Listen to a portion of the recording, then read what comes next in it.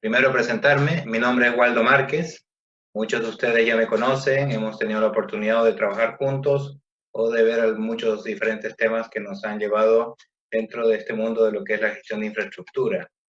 El día de hoy vamos a ver un tema muy interesante que es la influencia del diseño geométrico sobre los valores del IRI. Es un tema que muy constantemente se ha ido presentando. En mi caso particular me tocó en algún momento un proyecto específico en el cual encontramos de que había una particularidad que efectivamente estaba asociado directamente al diseño geométrico. Entonces, en este caso, lo que vamos a darles unos minutitos más a las personas para que se vayan conectando, y lo que sí quisiera pedirles es que en el chat vayan colocando si me van escuchando correctamente. Por el chat para que me puedan decir si me están escuchando.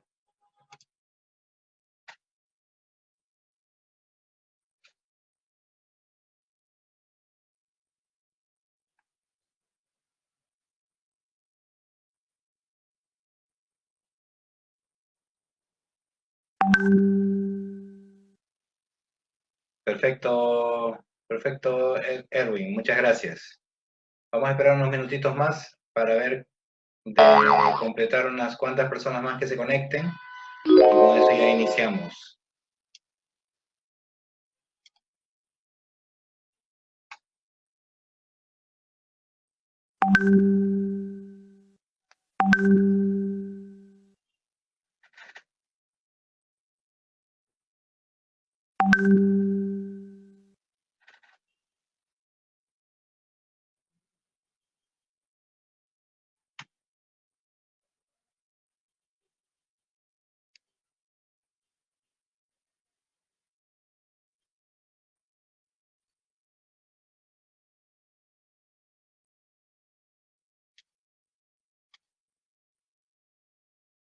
Perfecto, Oscar. Muchas gracias por la confirmación.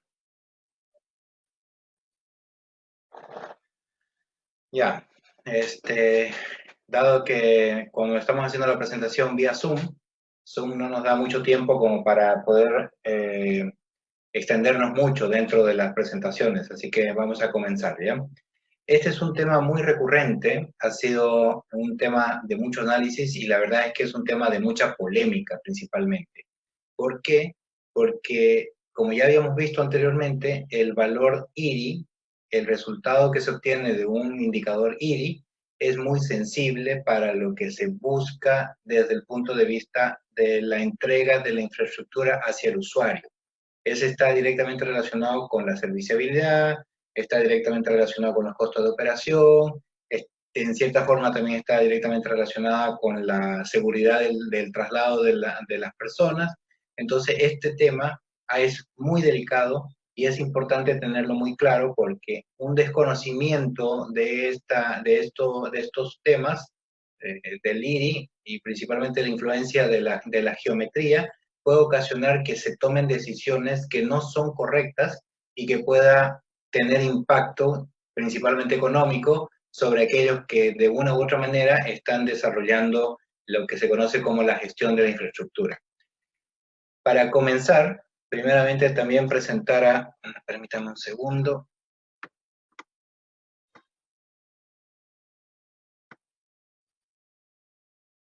Permítame un segundito que voy a... Ya.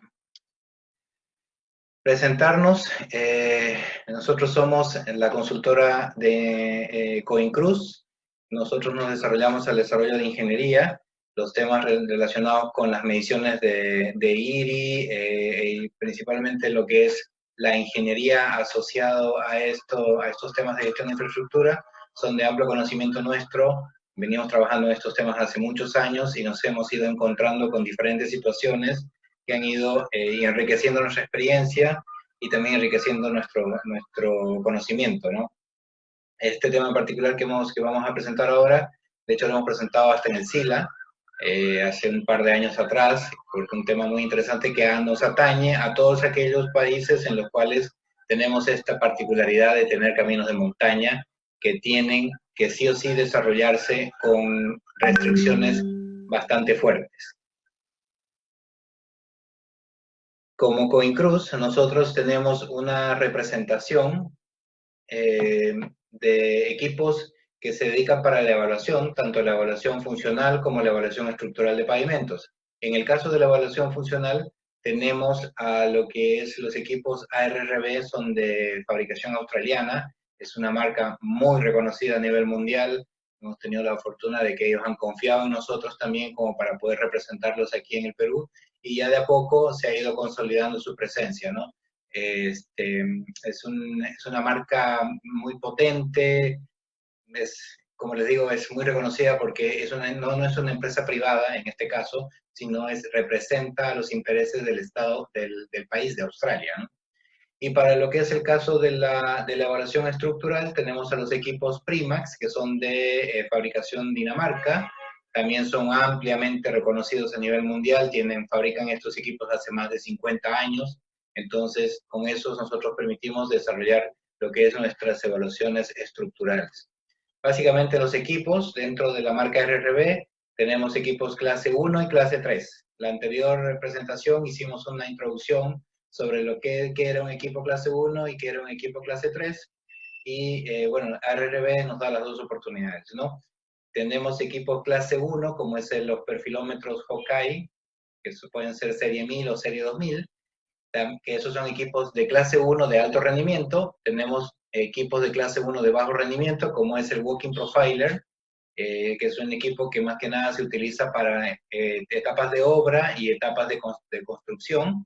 Y por último está el rugosímetro ARRBR3, que es un equipo muy conocido aquí a nivel Perú y que ya ha marcado la pauta, ¿no? Porque le da mucha confianza para las personas que lo están utilizando, y ha podido tener, ya deben haber muchos equipos en el mercado, y nosotros muy, muy contentos porque ya se ha posicionado una marca y estamos colaborando en el desarrollo tecnológico de esta área que de cuando recién llegamos estaba todavía bien en etapa de transición.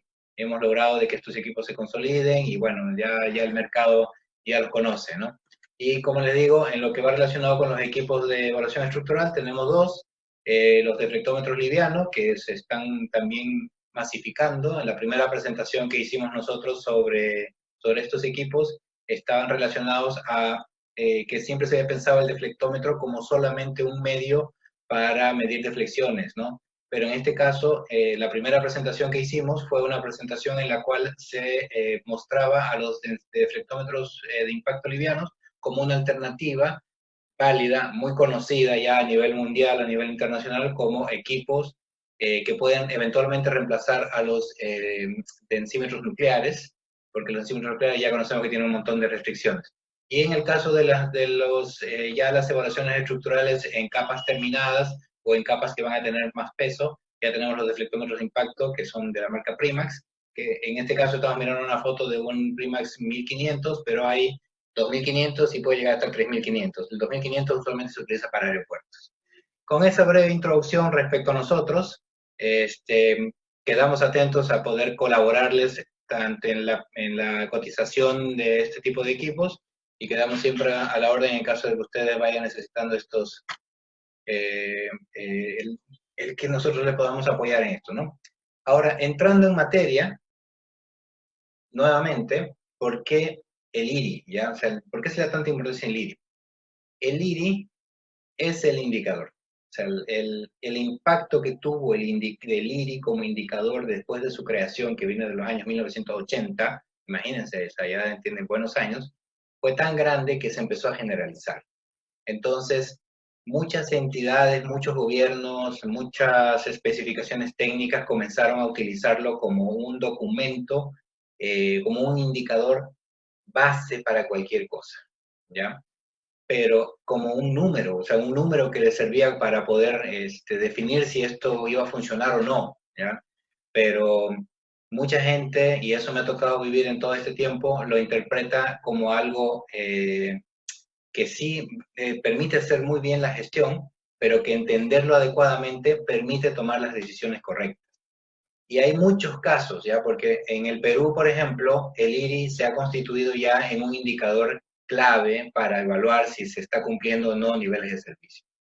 Pero, por ejemplo, eso es solamente desde el punto de vista del nivel de servicio, pero hay otras organizaciones como las empresas concesionarias que tienen un valor del IRI que no solamente les sirve para evidenciar su cumplimiento a nivel de servicio, sino que tienen estrategias técnicas, económicas y financieras asociadas a este parámetro.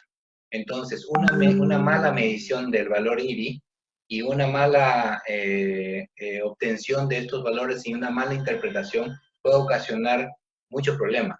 Por ejemplo, un valor del IRI que se mida en donde tiene un umbral máximo de 3.5 y uno obtiene de entrada un valor de 3, significa que prácticamente solamente tiene 0.5 para ir jugando con ese parámetro. Entonces, es bastante incidente y muy delicado y hay que tenerlo bien claro para poder utilizarlo correctamente. Una breve introducción sobre lo que ya explicamos un poco la sesión pasada.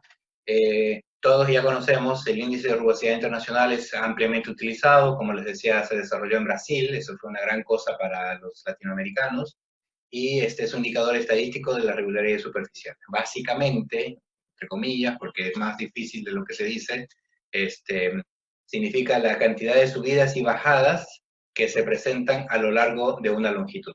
Es un indicador, por eso es un indicador estadístico de la regularidad superficial. Un punto muy importante también que es independiente de la técnica en la cual se toman los datos para evaluar el perfil. Ya lo vimos también en la anterior presentación.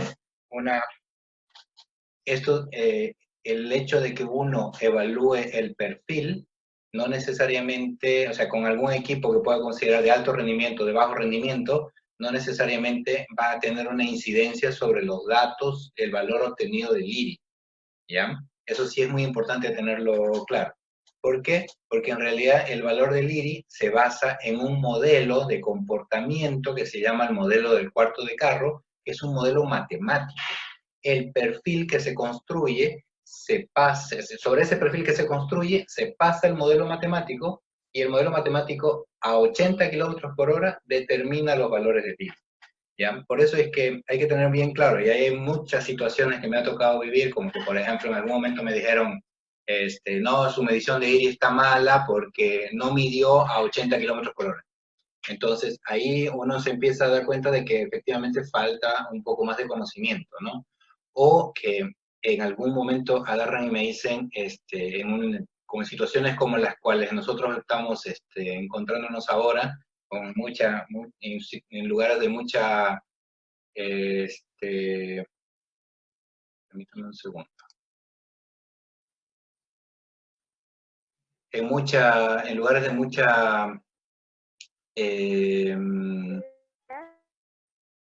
situaciones que nos complican a nosotros para poder tomar los resultados que nosotros estamos teniendo, como son los de montaña. Me llegaron a decir que el perfilómetro láser no servía, ¿ya? O sea, tenía problemas. Entonces es importante saber de que la precisión de los resultados que se obtienen también va a depender del equipo, ya lo vimos también la anterior vez, y se mide por huella y se promedia por pista, ¿ya? Hay también situaciones en las cuales me han dicho de que había una posibilidad de que uno esté midiendo los valores del IRI y por qué solamente se mide en una huella y se promedia, ¿ya? O sea, lo ideal sería poder tener los valores de IRI por huella, o sea, siempre los valores de IRI por huella. ¿Por qué? Porque, por ejemplo, la huella derecha, en el caso de nosotros, que conducimos con el conductor hacia la izquierda, en el lado izquierdo, la huella derecha usualmente es la más sobrecargada. Entonces, siempre se considera como la más representativa. Y bueno, las unidades ya las conocemos, es de metros por kilómetros, pero lo que sí quería mostrarles es, permítanme un segundo, se me corta.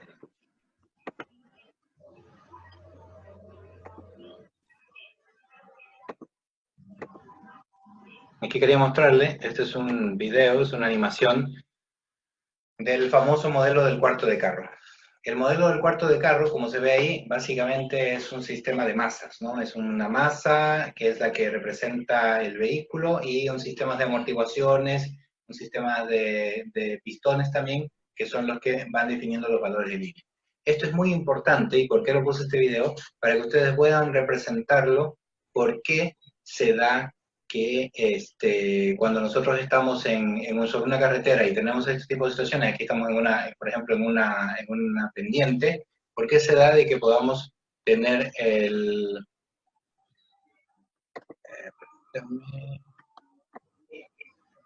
¿ya? ¿Por qué se da de que podamos nosotros tener esas mediciones, ¿no? ¿Ya? Entonces, con esto en mente, la idea es que hacemos una pequeña repasada. Equipos clase 1 son equipos que permiten dar la mayor precisión en la obtención de los resultados. Y equipos clase 3 son equipos de tipo respuesta y que representan una estimación o eventualmente una correlación. Y aquí sí pasa una primera cosa. Cuando se está haciendo la evaluación, y eso me han preguntado ya muchas veces, muchas veces, me dicen, yo mido con mi equipo clase 3 y cumplo, y cuando paso con un equipo clase 1, no cumplo. Entonces, ahí se presenta una primera situación, y eso es importante clarificarlo. Un equipo clase 3, como el Merlin, es un equipo asociado a correlaciones. Entonces, si uno pasa con el Merlin, lo único que está haciendo es obteniendo una dispersión de los datos del perfil y con eso está obteniendo resultados, ¿sí? Aún así que uno pase con un equipo de tipo respuesta, que en el caso, por ejemplo, del equipo que nosotros comercializamos, un equipo R3, tiene una mejor correlación y tiene muy buenos resultados con respecto a un perfilómetro láser, igual se puede presentar de que los resultados en lugares con muchas curvas no representen apropiadamente los resultados que daría con un perfilómetro láser. Y eso sí hay que tenerlo muy en cuenta porque cuando uno va y viene la supervisión, por decir algo, y les mide con un perfilómetro láser, en el momento que les mide con un perfilómetro láser, significa de que tiene que tener conciencia de que si es muy cerrada las curvas, probablemente los valores de IRI que se obtengan no sean del todo representativos, porque lo que se quiere evaluar es la construcción, o sea, los resultados obtenidos de la construcción. Pero en este caso, el valor que se obtiene no es solamente de la construcción, sino también asociados a la geometría, que es lo que vamos a ver a continuación. Hay un tema muy importante también, que es el que va relacionado con permítame un segundito, ¿ya? Que va relacionado con los umbrales exigidos. Este es un tema también clave, ¿ya? Porque en el Perú no solamente se exige un IRI, sino se exige un IRI característico. ¿Qué significa eso? Que se le incorpora un valor de confiabilidad sobre los resultados que uno va a obtener. Quiere decir que, por ejemplo, si uno va a tener que entregar una obra nueva solamente con los valores expuestos en el manual de conservación, ya de por sí está entrando, que, por ejemplo, si tienes una autopista clase 1, clase 2 o una carretera clase 1 y hasta eventualmente una carretera clase 3, el rango promedio de IRI que uno debería apuntar dentro del promedio de la construcción debería estar alrededor de entre 1.5 y 1.8, porque cuando se incorpora los conceptos de confiabilidad, significa de que se va a aumentar el valor del IRI característico, entonces uno tiene que considerar hacia atrás el resultado. ¿Qué significa? Que construir con un promedio de 1.5 es bastante difícil. Seguramente los que les ha tocado estar dentro de la etapa de construcción les habrá tocado de que no es fácil llegar a un valor de IRI de 1.5 y eso hace que se complique más la situación. Lo mismo pasa con los recapados, ¿ya? Y ahí ese es otro tema también, ¿ya? O sea, es otro punto de análisis, porque es muy fácil agarrar y decir sobre una carpeta que ya está en malas condiciones y le especifican solamente recapar, con un recapado de 5 centímetros no se corrige valores de IRI altos. Entonces, cuando solamente la alternativa es corregir valores basados en un recapado, no se llega. O sea, es prácticamente muy difícil llegar a un valor de 2.5 si la superficie está con valores bajos, ¿no? Y lo que les decía, que es en los periodos de servicio, los valores de IRI ya están en 3.5, 3.3, 3.7, hasta 4.1, considerando en caminos de volumen de tránsito, de bajo volumen de tránsito, ¿no? Pero ya de por sí estamos hablando de un característico. Entonces, al ser un característico, el promedio ya incorpora conceptos de confiabilidad. Entonces, ¿qué pasa? Y ahí es donde viene la situación que se presenta en este tipo de contratos, principalmente los contratos que tienen un umbral asociado al IRI, que en ningún momento consideran algo tan básico como la geometría. Y ahí es donde empiezan los temas, por no decir otra palabra. Entonces, cuando uno agarra y empieza a medir, esperen un segundo que se me congela un poco la pantalla de ratos.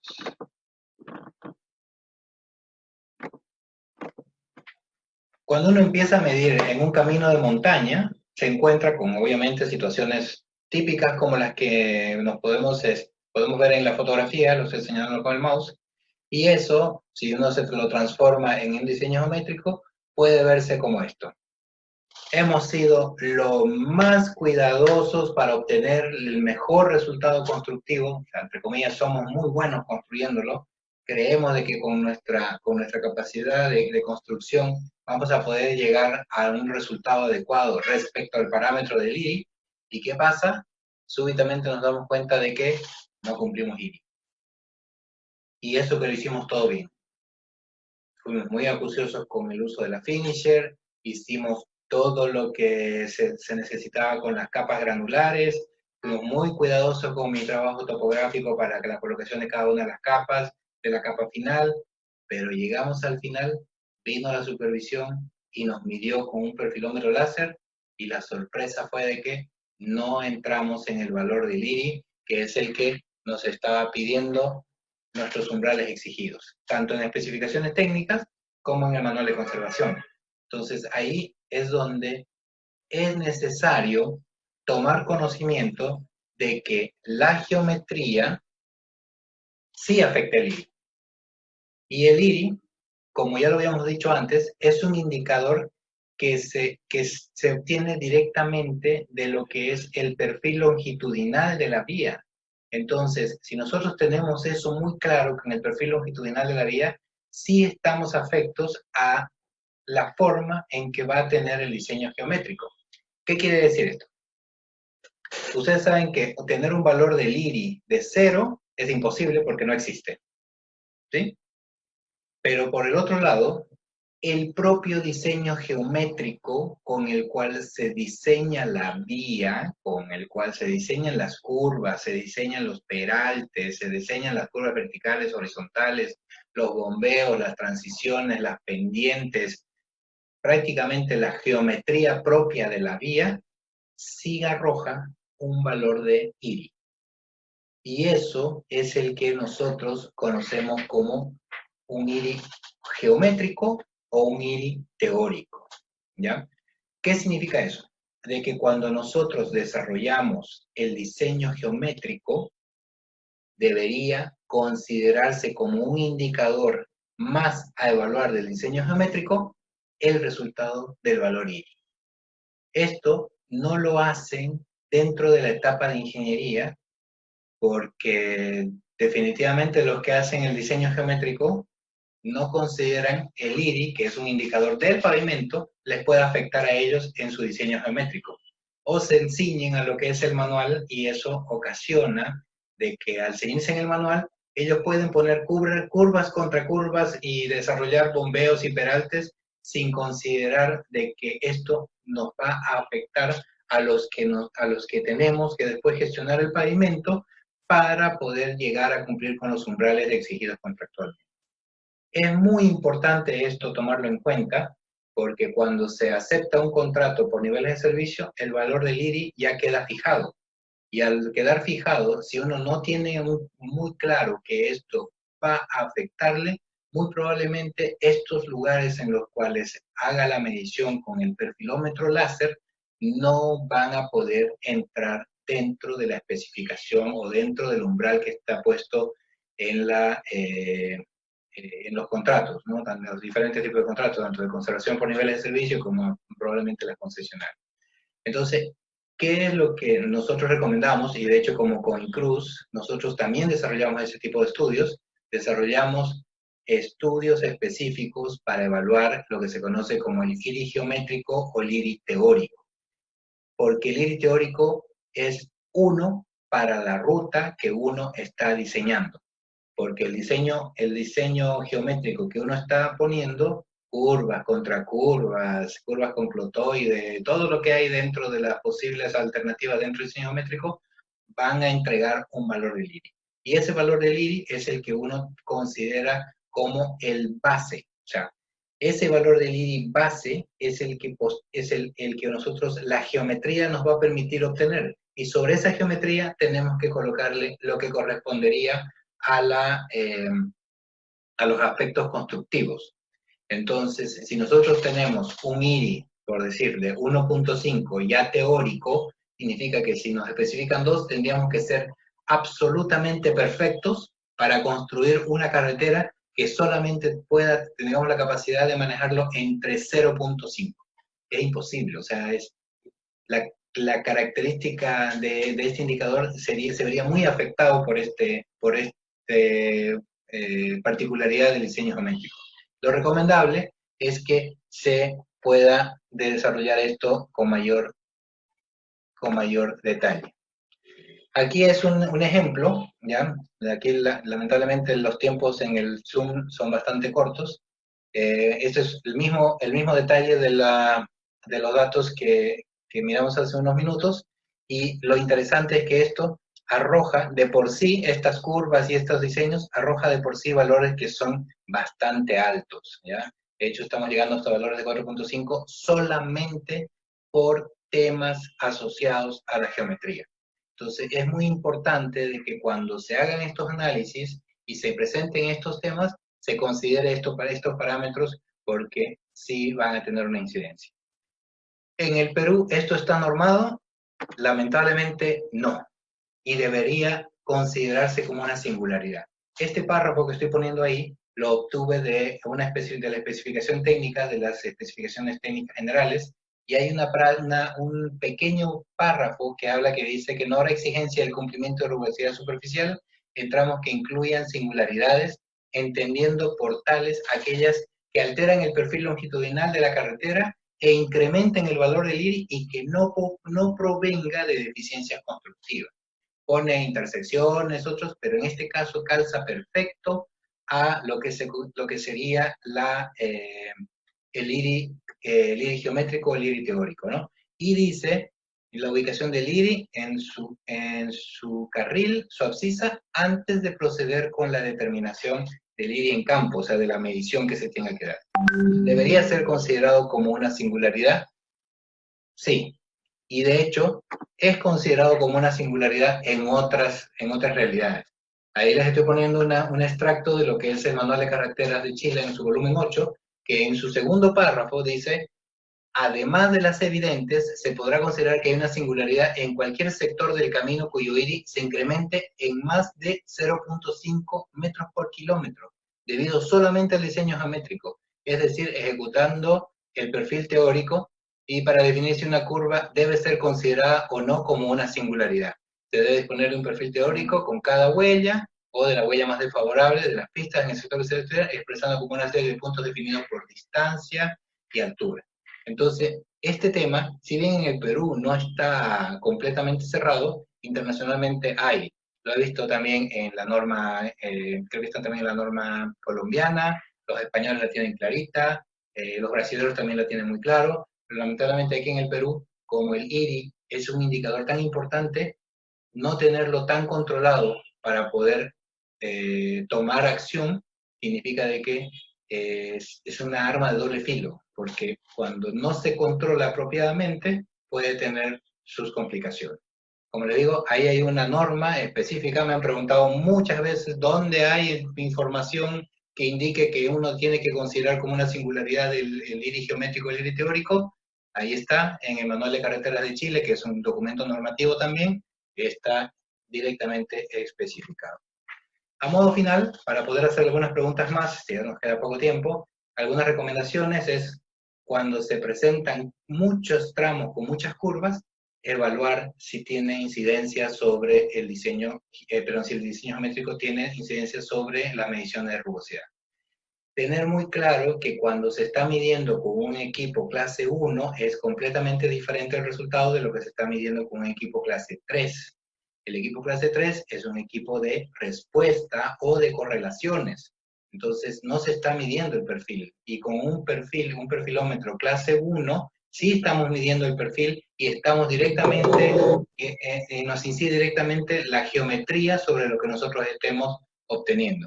Entonces es muy importante tener eso claro, ¿ya? Y eso si uno no tiene eso, como les digo, es una arma de doble filo, puede ser a favor o en contra. Usualmente, ya me ha pasado muchas veces que he tenido que argumentar, la supervisión se ciñe a lo que está puesto directamente en los términos de referencia, que esa es su función, o sea, de esa parte uno no puede decir nada, ¿no? Su función es que la empresa cumpla con los estándares que están establecidos en su contrato. Pero técnicamente se puede demostrar con un análisis específico, que para eso estamos, para poder apoyarlos en ese tipo de análisis, donde hay incidencia de iris geométrico y que efectivamente va a tener incidencia sobre los resultados que se obtienen. Entonces, nuevamente, ese es un tema bien sensible porque si no se demuestra apropiadamente, puede uno quedarse con un posible incumplimiento. Eso es todo lo que tengo yo al momento. Bueno, ahí están nuestros datos para que nos puedan seguir. Tenemos nuestro Facebook, que nos pueden encontrar como Coincruz IRL, Facebook, LinkedIn, nuestro correo